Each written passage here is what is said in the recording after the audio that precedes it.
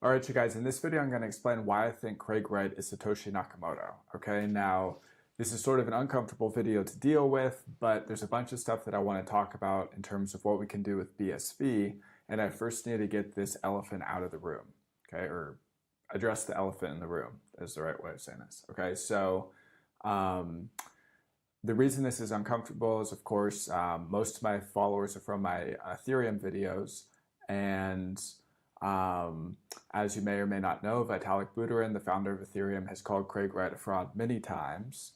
And beyond just Vitalik, you know, even established companies in the industry like Coinbase don't support this Bitcoin SV. Certainly none of the big, people dominating the discussion on CNBC and stuff like Michael Saylor and the Winklevoss twins and Elon Musk and Chamath Palihapitiya, none of them talk about this. Okay, so it's as if this person, who I believe is the founder of Bitcoin, has been canceled from his own industry. And so for me to come forth and say, oh, I think he's Satoshi, can risk me getting canceled. So it's sort of uncomfortable to deal with, but the reality is that I really want to do a lot of cool stuff with Bitcoin SV, and I just need to address this and get it out of the way. If I get canceled, so be it. I don't really care, okay? I never intended to have a big YouTube channel. It just kind of happened by accident. And if I get canceled, then so be it. Okay, it doesn't matter. So in this video, I'm going to go through and I'm going to give the story here of why I think Craig Wright is Satoshi. Okay, so most people know him from this very first video right here with the BBC. Okay, and this is in 2016 when he came forward and said that he was Satoshi to the BBC. Now, I first got involved with Bitcoin really around this time. It was 2015, 2016. So I had bought my first Bitcoin in 2013, but it was just a test, okay? I wasn't super involved in the space. I just had heard about it, and I bought like $50 worth of Bitcoin and just forgot about it really, and it crashed over the next few years. After 2013 to 2015, it had fallen in value. So thank God I didn't buy a lot, right? But in 2015 and 2016, I really started getting interested in the space again. And this was when Craig Wright started coming forward. So this BBC interview was really the first time he publicly proclaimed to be Satoshi. But he had done a bunch of interviews before that, where he was still public and he was doing talks, but he wasn't doing it under the name Satoshi, right? He was just being himself, Craig Wright. So these are very telling interviews, okay? And I want to start with these because you can get a lot of information from them in terms of why I think he's Satoshi. So this video right here was actually filmed in July 2014. Okay, so even though it says 2017 here, this documentary was actually filmed in 2014. And let's go ahead and hear what he has to say about when he first bought into Bitcoin. I study, I research, I write papers occasionally, and basically work on weird and wacky things. So did you buy any? I've bought and sold many Bitcoins, yes. Okay. What was the price when you came in? When I first came in, there wasn't a price. Okay. So you know what you're talking about. All right, so say a little bit about Bitcoin in the future. All right, so if you go and watch these old interviews, there's all sorts of little, awkward encounters like that where you get the hints that, oh, actually, this is probably Satoshi.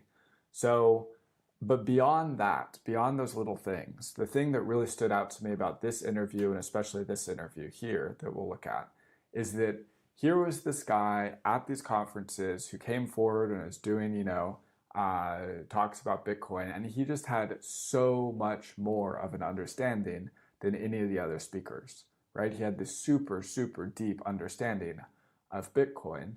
And in this video in particular, this profound vision of its future, right? So let's just give you a little hint of that, and then we'll move on to the next video. What it is? What is Bitcoin? What is Bitcoin? Bitcoin is basically the future of everything. I'm not talking money, I'm talking everything. It comes from the idea of merging a number of cryptographic protocols with a 2005 published idea of a triple entry ledger. What that enables is a way and means of creating not only smart currency, but a means of tracking and registering anything that can exist. That's anything from... Okay, so anyways, he goes on and on and on. You could just watch this interview on your own sometime, but he There's a lot lays of out work this to be done with everything else around it. profound vision of the future of Bitcoin. Distributed autonomous corporations, DACs, and the whole AI components that need to be built. But this is where we'll be in 20, maybe 30 years. And Bitcoin... Okay, so he lays out this whole 20, 30-year vision. And I mean, really, like, is some expert who had heard about it, read a few things, and has appeared in a panel, do they really have a 20 or 30-year vision for the future of Bitcoin? Probably not, right? So these were some clues that, hey, this guy is probably Satoshi. So then let's take a look at this other panel. So this is in November 2015. This is just a few months before the BBC article, or BBC video where he came forward. And at that point, Ethereum was all the rage, right? It was this super new, cool idea where we could do these smart contracts and stuff like that. And Craig Wright basically came forward and said, look, we could do that with Bitcoin. You guys just don't understand it. So let's go ahead and take a listen here. I mean, that's looking at it too small. Obviously, unfortunately, not many people seem to have knowledge of assembly code or forth or anything like that anymore.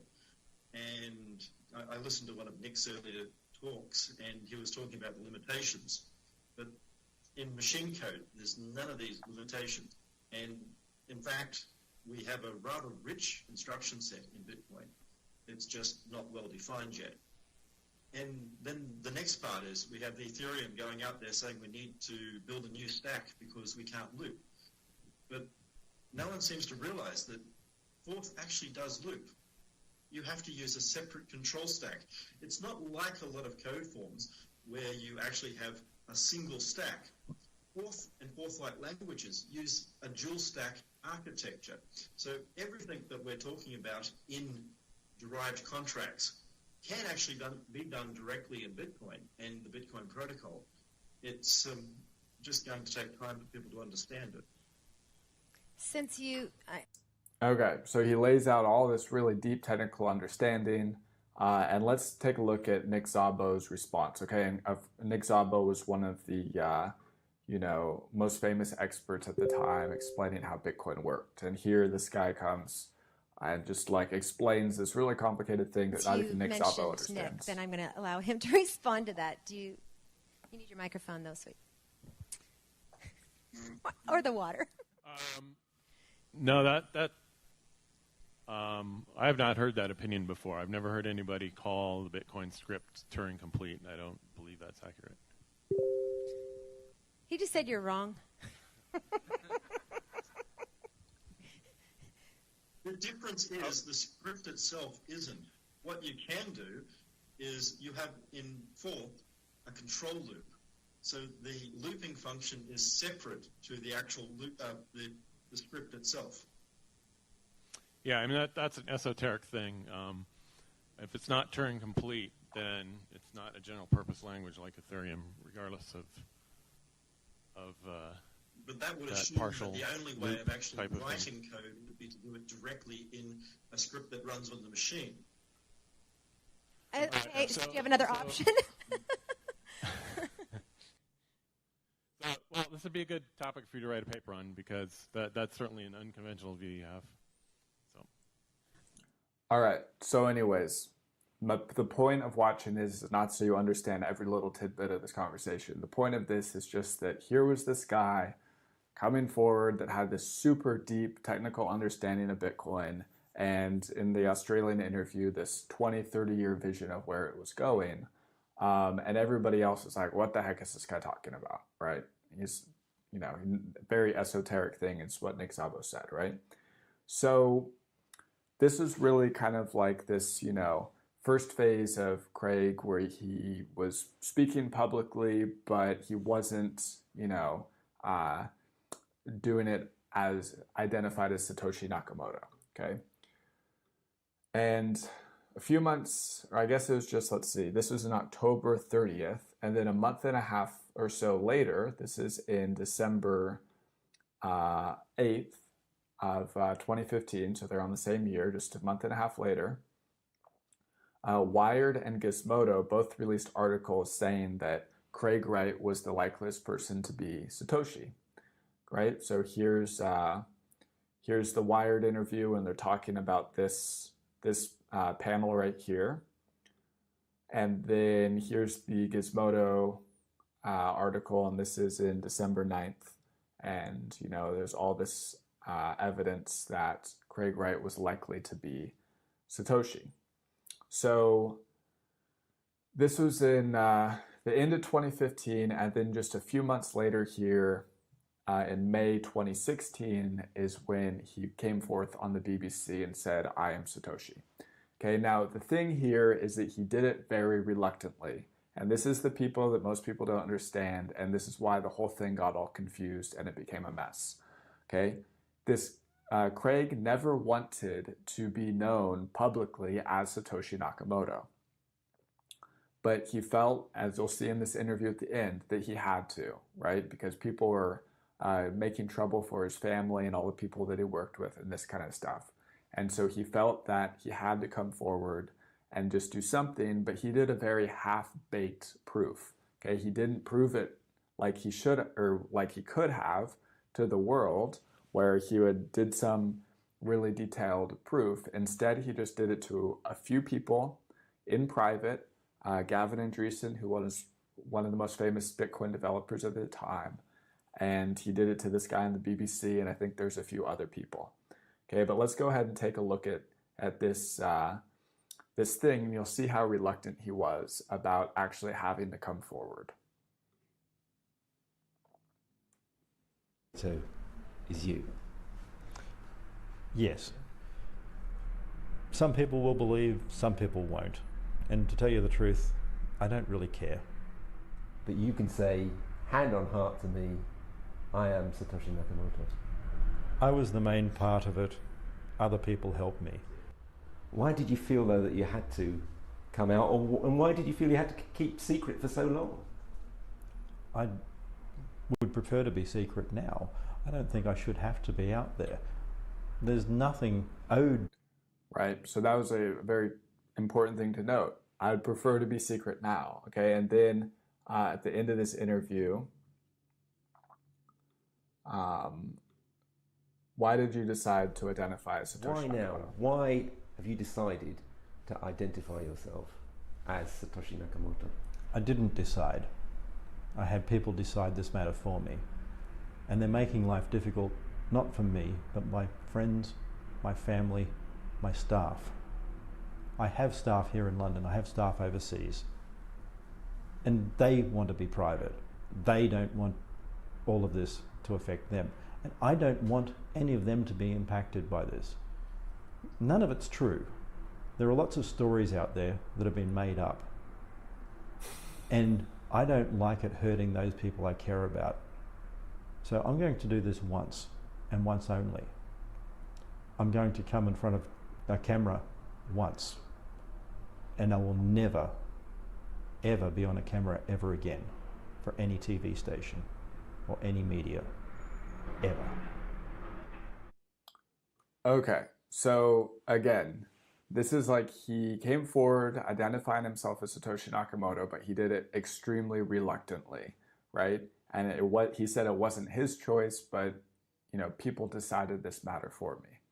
So this wasn't like, oh, a big change of heart, I'm going to be public now. This was like, you know, reluctantly doing this. And so he just gave a half-baked proof where, you know, we just basically had to trust this BBC interviewer and we had to trust Gavin Andresen and that sort of thing. Okay, now this was on May 2nd of 2016, and here's an article that he also published on May 2nd of 2016. This is a blog post on Craig Wright's blog, and a lot of people look to this article, which you'll see in a little bit, but they look to this article as, damning proof that he's a fraud, okay? And if you look in the article, it never says here that he's going to prove anything, okay? But it's a very confusing article because he starts, first of all, there's all this stuff in the news, and then he starts with the blog, talking about him, signing for Gavin Andresen and John Matonis here. And then later in the article, he starts talking about key verification, just like this educational thing, which is very confusing. It's like, why do you put this in the blog? It was just a very confusing blog. But never in this blog did he say, I'm proving by doing this, this, and this. It was just this blog with a bunch of different stuff in it. Now, one of the things that he did talk about was, in my opinion, why he didn't want to be publicly known as Satoshi Nakamoto. Okay, and he talks about this Nobel Peace Prize winner who actually declined receiving the prize because he was worried about how, being known as a Nobel Peace Prize winner would affect him. Okay, so Jean-Paul Sartre said, if I sign Jean-Paul Sartre is not the same thing as if I sign myself Jean-Paul Sartre Nobel Prize winner.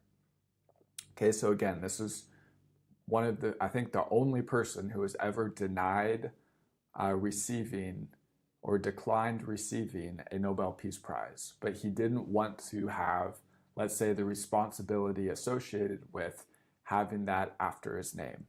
So Craig Wright talks about how he remembered reading that many years ago, and he did an analogous quote, if I sign Craig Wright, it is not the same as if I sign Craig Wright Satoshi.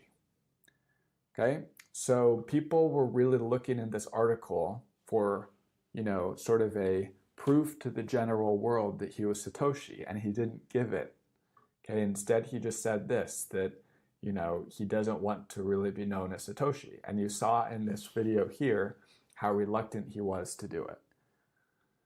So, but it's a very confusing thing because he just like throws in this key or whatever this is. People assumed, oh, this must be some sort of signed whatever.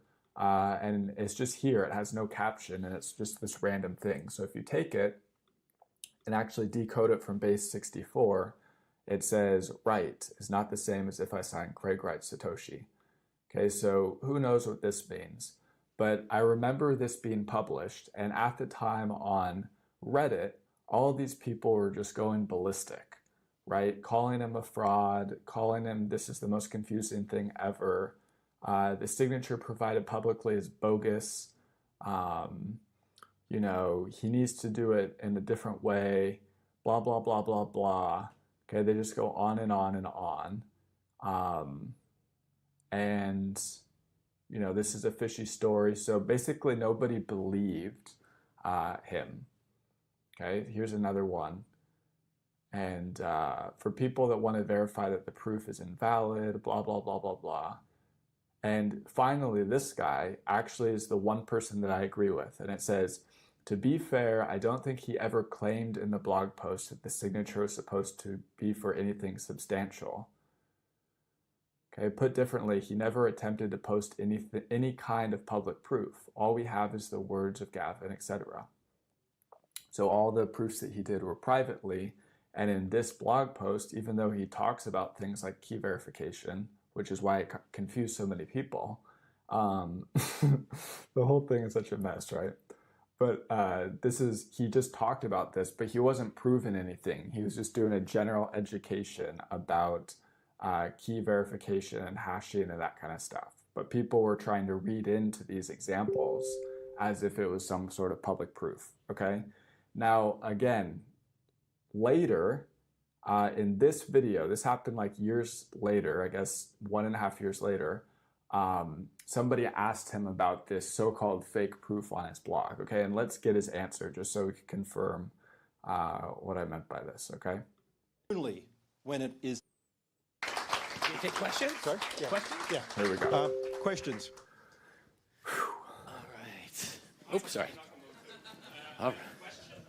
Concerning your Here. Please on here, because this is being live streamed, I found out, and I'll get you on it. Nakamoto, I have dual questions. So first, concerning your blog post about you proving to be Satoshi, why had it a fake proof? And secondly, someone mentioned it already, it will be a hard fork.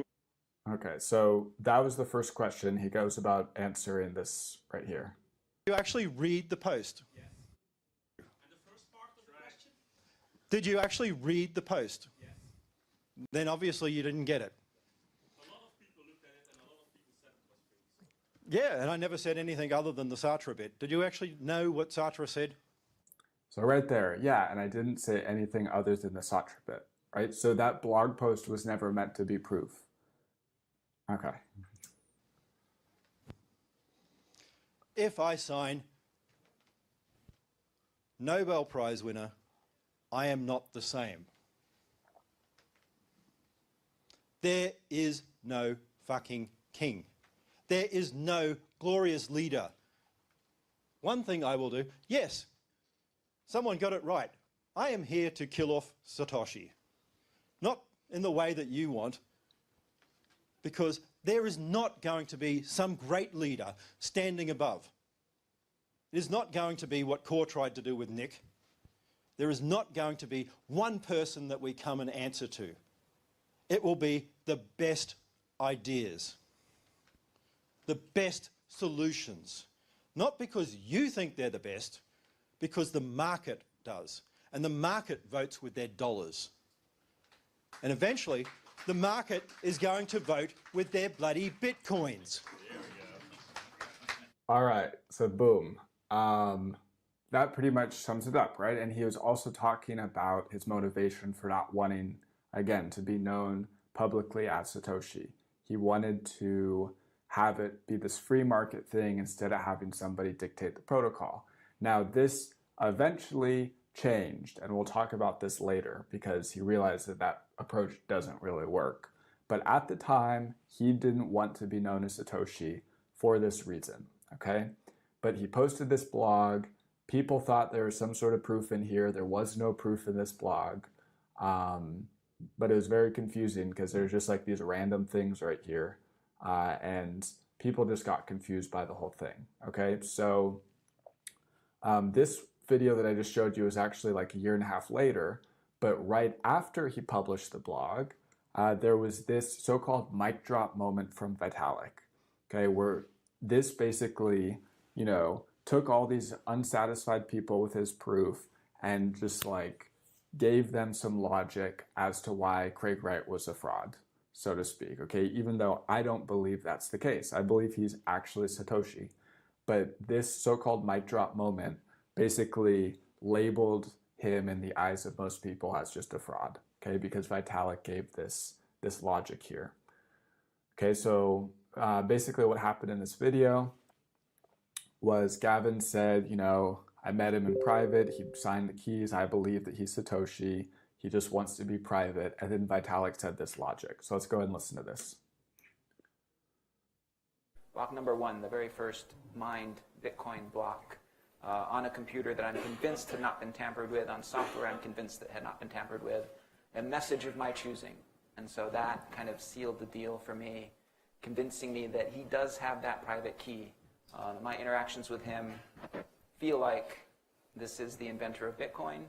I remind everybody he is human. I'm sure he makes mistakes like we all do. I'm sure he's made some mistakes in the past.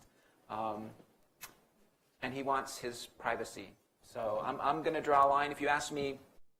Okay, so again, this is May 5th. This is literally days after this post. All these people on the internet were upset about it not being the right thing. And then Vitalik has this response. Questions about this? I draw of the discussion that I had with him. Just to still a bit of controversy for fun, I'll explain why I think he's probably not Satoshi. It's 2 minutes. 2 minutes. I mean, first of all, very simple signaling theory. He had the opportunity to take 2 different paths of proving that he's him. One path would have been to make that exact kind of proof, make a signature from the first Bitcoin block, put the signature out in public, make a very simple 10-line blog post that anyone, including people, including cryptographers like Dan Bonet and Ben Kaminsky and so forth, can verify that it's him, and just post that out there and let the cryptographic community do it. Instead, he's taken this path where he's wrote this big long blog post with 200 lines that's so confusing that even Dan Kaminsky said it's too confusing, and tried to show that signature to a few select people, and we're supposed to trust them. So, in general, signaling theory says if you have a good way of proving something and a noisy way of proving something, and you choose the noisy way, then that means chances are that means it's because you couldn't do the good way in the first place. Okay. Okay, so this logic basically, stamped that Craig Wright must be a fraud, because if he could have just proven it publicly, he would have. Instead of doing this blog post that nobody understood, he would have just done this 10 lines of code or 10 lines of, blog explaining and proving that he was Satoshi. But this is a very popular video. You see everybody says, oh, Vitalik is awesome, blah, blah, blah, straight savage, legendary, etc. So people basically sided with Vitalik, and that was that, right? Suddenly, Craig was branded as Fake Toshi. But the logic that this argument is missing is that Craig Wright did not want to be known publicly as Satoshi. Okay, and that's what I was saying. He did it very reluctantly in the BBC interview, and the piece that this is missing is that they're discounting the fact that he just didn't want to be known publicly as Satoshi, right? And that's why he was talking about Satra in the blog post, who was the person that declined the Nobel Peace Prize because he didn't want the responsibility associated with being a Nobel Peace Prize winner. So Craig Wright was very conflicted at this time. He didn't want to be known publicly as Satoshi, and so he just didn't prove it. And so even though this sounds like good logic, it's actually flawed logic, okay? The other alternative is that he just didn't want to be known as Satoshi, and that's why he didn't prove it, but he still was Satoshi. Okay, but anyways, that basically was the moment here where he was branded as Fake Toshi, and everybody in the community who respected Vitalik and Ethereum just that became the truth of the general consensus. Okay, now personally, I watched this whole thing, and I continued watching Craig Wright videos. Okay, of course, I was doing Ethereum videos at the time because Ethereum was, the coolest platform at the moment, is where you're able to do these smart contracts and all this stuff. And at the time, Bitcoin could only do currency. And we'll talk about this later. But actually, when Bitcoin was released in 2009, it had all these opcodes. And this is what Craig was talking about in this interview right here. But Bitcoin actually could do smart contracts when it was originally released. But in 2010, this is a long story, but in 2010, Eric Voorhees convinced Craig Wright to disable that stuff in order to, keep it focused solely on currency. Okay, and so all the stuff I talked about in my other videos was true at the time, right? Meaning that Bitcoin was just for currency and Ethereum was for smart contracts. That was true at the time, but it's not true anymore. Okay, because we'll talk about this later, but on BSV, these original opcodes were re-enabled, and now we can do smart contracts on Bitcoin SV. Okay, but anyways, so at the time, this thing happened where Craig Wright was labeled a fraud. I was still working with Ethereum stuff, understanding it. I thought it was cool, but I didn't side with all these people that were calling him Fake Toshi. I continued watching his videos. Okay, and I just found them interesting. So this one right here, we don't have to go into it, but I've probably watched this video 20 times, right? And it's one of the most fascinating things. I learned something new every time I watch it, but he just talks about the history of the gold trade and inflation in Spain and mercantilism, and it's just a really interesting thing. I found it to be really interesting. And he talks about the Fourth Industrial Revolution and all this stuff. Like, I just found him fascinating. So I always enjoyed watching Craig Wright videos, and I've watched, I don't want to say all of them, but let's say like 90% of them. Okay, so I've always watched his videos and I found him to be very interesting and I've learned a lot from it. So I didn't buy this whole fake Toshi thing. But I never spoke about it publicly until now because I didn't want to get canceled like he did, right? But I've always enjoyed Craig Wright videos. Okay, now during that time from 2016 to 2018, even though people were kind of laughing at Craig as fake Toshi, it was still sort of okay to do what I was doing, which was, developing on, or at least researching Ethereum, and still be okay with Craig Wright, right? People were still entertaining the possibility that he may be Satoshi. But then all this kind of changed in 2018 at the Economy conference. So basically what happened was this is a conference where all the people were there. So Craig Wright, Vitalik, pretty much everybody was at this conference in the industry. And he did this whole talk about how Lightning wouldn't scale. Let me try and find it here, but he talked about how if you figure out how to solve the Lightning thing, which is how Bitcoin and Ethereum were planning on scaling, then you're going to break the discrete log problem. Okay, so here we go. Okay, I'm just going to play this right here. So basically the logic he says is that if you're able to solve Lightning, then you also solve the discrete log problem, which breaks public-private key pair cryptography. Okay, and you don't have to understand this, but this is just important to the conversation.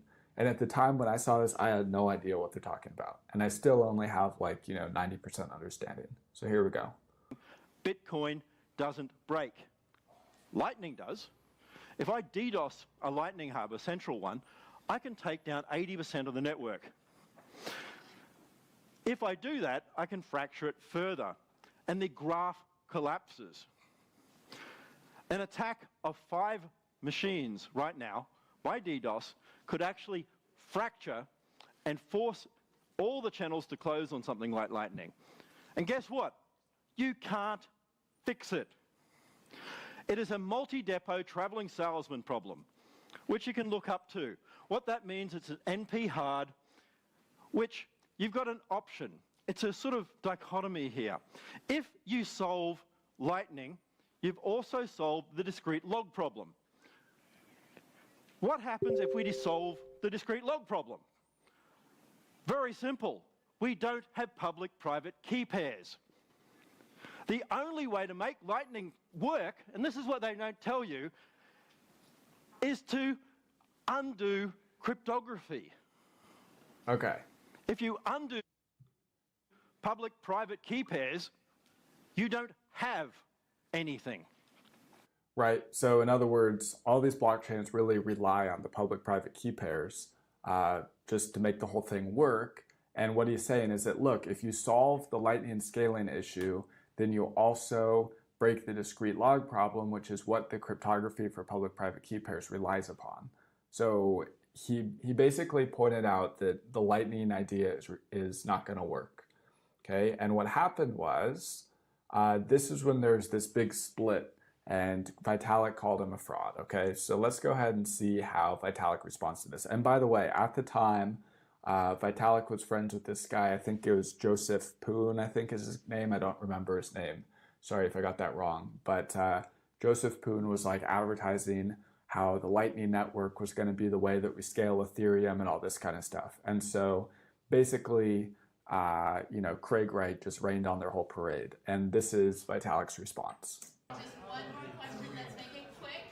We do have tomorrow to continue, but one more question. All right. So since we seem to be in a hyper-confrontational mood today, in the Craig Wright presentation, he made a claim that making the Lightning Network work is as hard as solving the. Let's give the mic first. Are you asking questions to Craig Wright or? So since in Craig Wright's presentation, he argued that making the Lightning Network work is as hard as breaking a discrete log, which is absolutely false, given that for NP hard problems, it's a widely known fact that we can make heuristic solutions that are very often almost as good in practice. which can often be done in polynomial time. And he claimed that in the context of selfish mining, gamma can be less than 0, which is an absolutely nonsensical claim that makes no sense because gamma is the percentage of the network that is colluding with the miner, which by definition is between 0 and 1. So given that he makes so many non-sequiturs and mistakes, why is this fraud allowed to speak at this conference? Yeah. I don't know. I wasn't expecting that. It's very simple. Negative probability means you pay the other people. Instead of the selfish miner earning a benefit, the honest miner does. That's what negative. I wrote the Lightning Network paper. I straight up don't understand your presentation. I'm sure the rest of the audience is not as well. Ladies and gentlemen, we would have to wrap this up. Bitcoin or not, I'd like to keep my day job, so I have to wrap up. Thank you. Good luck for the next question. Thank Okay. you so much. So that was this big split. And right, the guy here at the conference was like, I was not expecting that. And neither was I, right? Because here Vitalik was talking about Ethereum, this censorship-resistant blockchain, and here he was trying to censor Craig, calling him a fraud and saying that he shouldn't be allowed to speak at the conference. So at the time, I had no idea what they were talking about in terms of the technical issue here of the discrete log problem, etc. And I had no idea what they were talking about, but politically, I thought it was very odd that Vitalik, who is known as this, in the biographies, they always say he's a publicly, or he's a, what's the phrase, intellectually honest person. I felt it was very odd that he was calling somebody a fraud and saying they shouldn't be allowed to speak. So politically, this was unusual. And I thought that maybe Vitalik viewed Craig Wright as a threat. Okay, that was my interpretation. And so I started really researching what exactly are they talking about.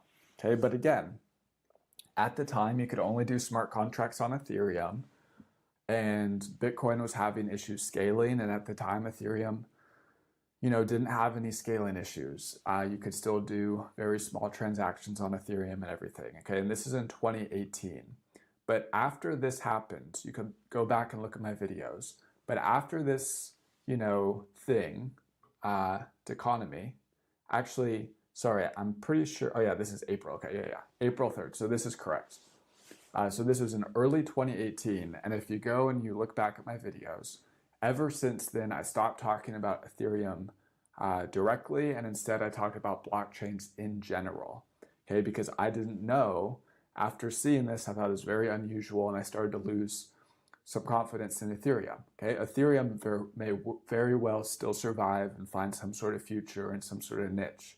I don't know. Okay, but at the time, I was like full throttle for Ethereum, and then this happened, and I started like lightening up. Like, uh-oh, this doesn't look so good, right? So I'm not against Ethereum. I wish them the best of luck and this kind of stuff. And I still, follow the Ethereum space to some degree. But at this point, I started getting very worried, and there was kind of this split where you had to pick a side. Either you're on Vitalik's side or you're on Craig's right side. And so I just didn't pick a side, and I just decided not to speak about this publicly until now, okay? So this was in 2018, and basically Craig Wright was trying to scale Bitcoin, and he had partnered with Roger Ver, who was at this conference. They were both working on Bitcoin Cash, but then Craig Wright had a disagreement, or many disagreements, sort of a philosophical disagreement with Roger Ver about, sort of the direction that Bitcoin was going. I think Craig Wright thought that Roger Ver was too much of a anarchist. He has a very libertarian philosophy, and I actually agree with most of the libertarian philosophy, but I think that Craig Wright does too. But I feel like Roger Ver was just a little bit too extreme. He was too far on the anarchist bent of the libertarian philosophy, and there was this disagreement.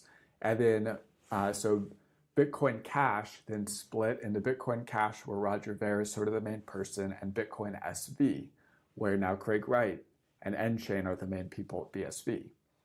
Okay, so this was in late 2018.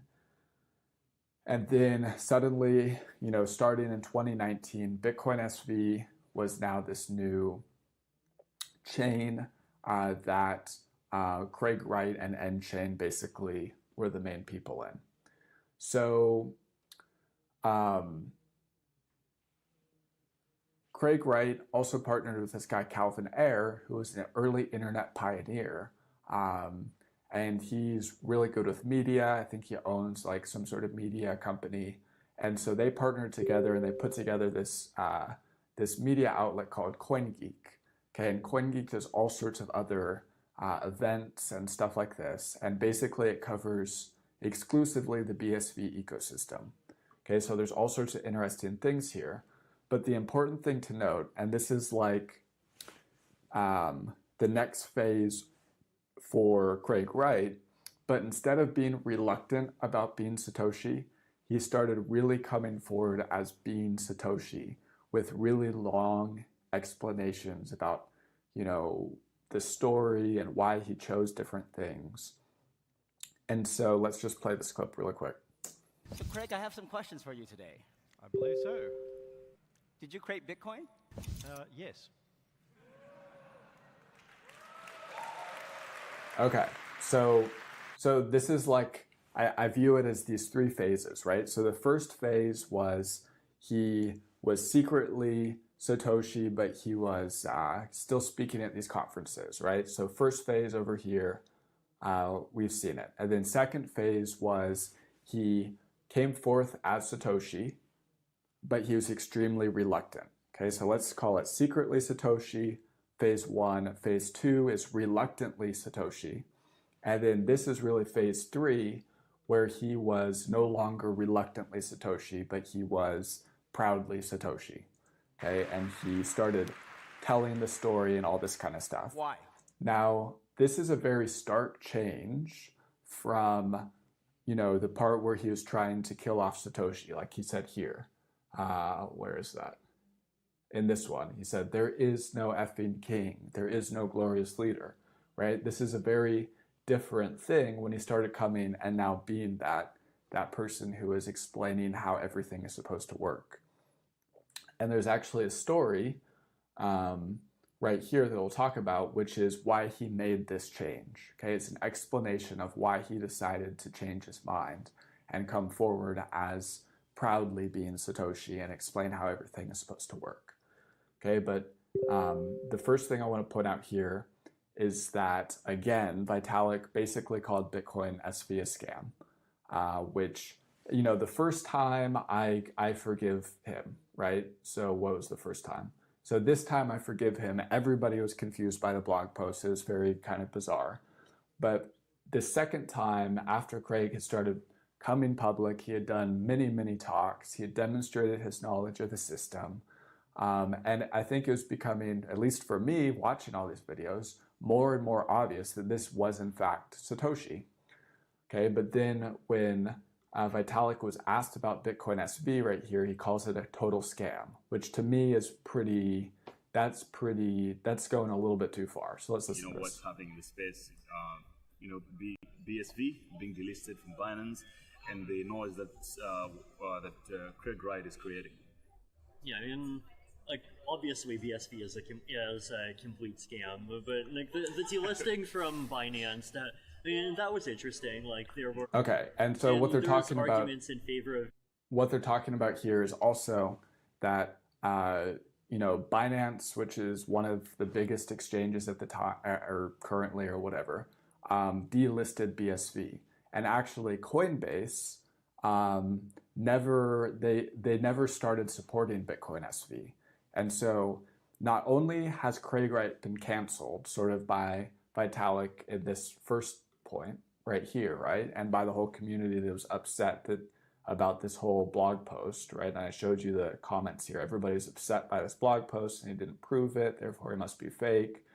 And then Vitalik did this explanation. Everybody's like, yeah, he's fake Toshi, right? So not only had Craig been kind of canceled by the community from that, but then Binance delisted BSV and Coinbase never started supporting BSV. Okay, and so, you know, he was kind of, BSV has been like almost totally ostracized from the mainstream crypto. Okay, and so then Vitalik just called it a total scam again. Okay, and so look, the first time, okay, you made a mistake, but then at this point, I think it's going a little bit too far. I've watched all of the videos, not all, let's say 90% of the videos of Craig Wright and the CoinGeek videos. And in my opinion, it is not a scam. And in fact, it's the biggest competitor to Ethereum, and it's probably most likely going to take over Ethereum. Okay, but during the time of this in 2019, Ethereum was still working, it was functional, had low transaction fees, et cetera, et cetera. In 2020, which is just last year, Ethereum started having these, you know, transaction fee issues. So in order to make a transaction, you know, you had to pay like $20. I think it's still true today. So then there was really serious doubts in my mind of whether or not Ethereum would actually scale. And then going back to this debate right here at the Deconomy, Craig was talking about how Ethereum wouldn't scale, right? And so then years later, just 2 years later, now Ethereum is having these scaling issues. And I started going back and researching really what were they talking about here, because, you know, in order for us to have all these smart contracts and all this cool stuff, we need something that will scale. Okay, so yeah, so then Bitcoin SV re-enabled these opcodes that were disabled. This is, I'm gonna have to do this in another video, but Bitcoin SV can now do smart contracts. And number two, the most second important point here is that Bitcoin SV can also scale. So it can do smart contracts, number one, and number two, it can scale, which is, you know, now suddenly, boom, this is Ethereum's largest competitor, in my opinion. And so Vitalik probably feels threatened by the whole thing and views it kind of as an existential threat to his project, and therefore is quite happy with Craig being known as a fraud. Okay, but I personally don't care about the politics. I want to build cool technology using the smart contracts. If Ethereum could scale, great. But right now, there's some scaling issues. Maybe they'll figure it out with ETH2 and this kind of stuff. But for me personally, Bitcoin SV is the most promising way of doing smart contracts, and I'm here to do all that stuff, right? All the stuff I talked about in my Ethereum in-depth video of automating Internet of Things devices, of having these, you know, automated contracts and this kind of stuff. That's what I'm excited about. And whoever is able to deliver the foundation for that, I'm on their team. Okay, and so BSV looks like they're the one that's able to do it. So I'm on team BSV. Okay, if Ethereum could do it better, I would be on Ethereum. Okay, but I also wanted to finish here with this video. And so I talked about the three phases of Craig Wright, right? So first he was privately Satoshi, and then he was reluctantly Satoshi, and then he was proudly Satoshi, right? Those three phases. And I want to share this video right here where he went from being reluctantly Satoshi to proudly Satoshi. So let's go ahead and play this. You know, this is long, but you know, you from my perspective, you sort of started coming out more publicly in 2017. It's very helpful because all the real serious people that are trying to understand stuff can learn these things that they might not have ever figured out on their own. I mean, well, even then I did. Right. So, and just to give some context, he was saying in this video right here, the best ideas win. There is no effing king, right? There is nobody that we're going to answer to. It will be where the best ideas win. Okay. But the reality is that nobody could figure out what to do with this thing, right? And so we needed the leader to say, look, this is what you build with the technology. And this, I think, is what Craig Wright realized. And so he started changing his tune about being, you know, reluctantly Satoshi. Now he's proudly Satoshi, and he's sharing all this stuff. Okay, so I just gave you some context. Let's listen to this again. They might not have ever figured out on their own. I mean, well, even then I didn't want to. I just in didn't see any other 2017. option. to be honest, 16, 17, I was shit scared. I did not want to be on stage. That's probably why I swore as much as I did. It wasn't all anger. Some of it was fear. I was basically shared shitless about being up there and talking about this stuff. I didn't want to sort of own up to it, or I just wanted to try and get people to go, hey, maybe I should look into this myself. And a few did for a little while, and then it lost steam again. I mean, I really didn't want to be a leader.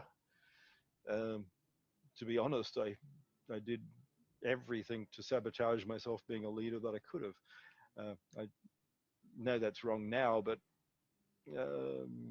was that on purpose, or was that just out of an yeah. unwillingness to be okay?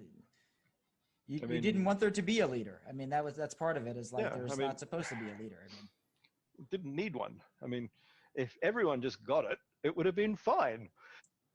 Right? And that's what he's saying. You know, the best ideas win, like he said in this original thing.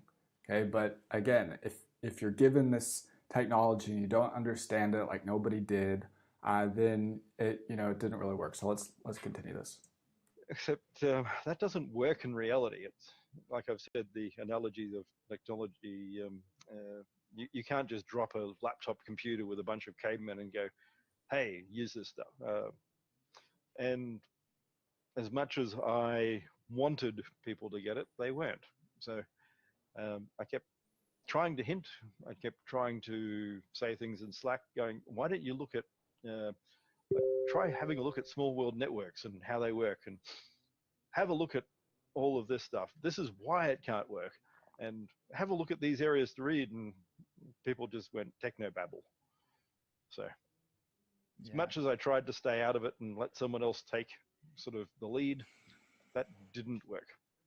Because what was going on? Okay. So anyways, that's why the change of heart, right? So there was this other thing, I think, with Richard Hart calling him out, why you said you weren't going to do any public interviews, why are you doing it now? Well, here's why, right? It's because, he tried to not be Satoshi. He tried to just be it where the best ideas would win.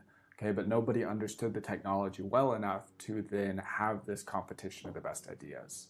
Okay, maybe someday it will be like that, but for now, there needs to be somebody who's explaining this technology to us and giving us sort of hints and education, really, not just hints, but full-on education about this is how the system is supposed to work, this is the intention, et cetera, et cetera. And now he's come forth and he's done that. So this channel right here, Theory of Bitcoin, and he's doing it with a bunch of other people. He's done so much explanation of all of this stuff. Okay, and so he's explaining it now. Okay, and at this point, to me, having watched all of these videos, it is totally obvious that Craig Wright is Satoshi Nakamoto. There's no question in my mind. Okay, I used to be like, oh, like 80% it's probably him, but I don't know. But after these interviews, especially this one that I just showed you, where was it? Okay, this one. To me, it's 100%. There's no other person that fits the bill. It's Craig Wright, okay? And now what he's doing with Bitcoin SV is he's reinstating the original vision all the way back from 2009, before the opcodes were removed, and we get to build all the cool stuff that he talks about in this Australian interview, okay? So I'm here for the technology. I'm not here for the politics. I want to build cool stuff. I want to be on the chain that scales. And so for me, personally, I'm on Team BSV. I recognize Craig Wright as Satoshi, okay? And so I just needed to clear that up. I wish all these other chains the best of luck. I've talked about it multiple times. I'm fine with diversity.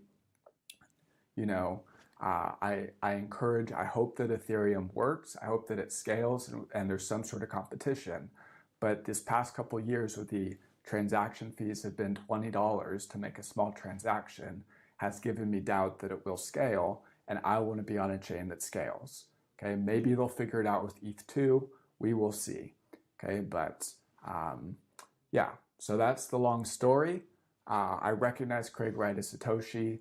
I'm excited about Bitcoin SV, and in some future videos, we'll talk about all the cool stuff we could do with BSV. All right, so thank you for watching. I know this is a long video, but it's a long topic and I had to explain a lot. So thank you for watching, and I'll see you in another one. Bye.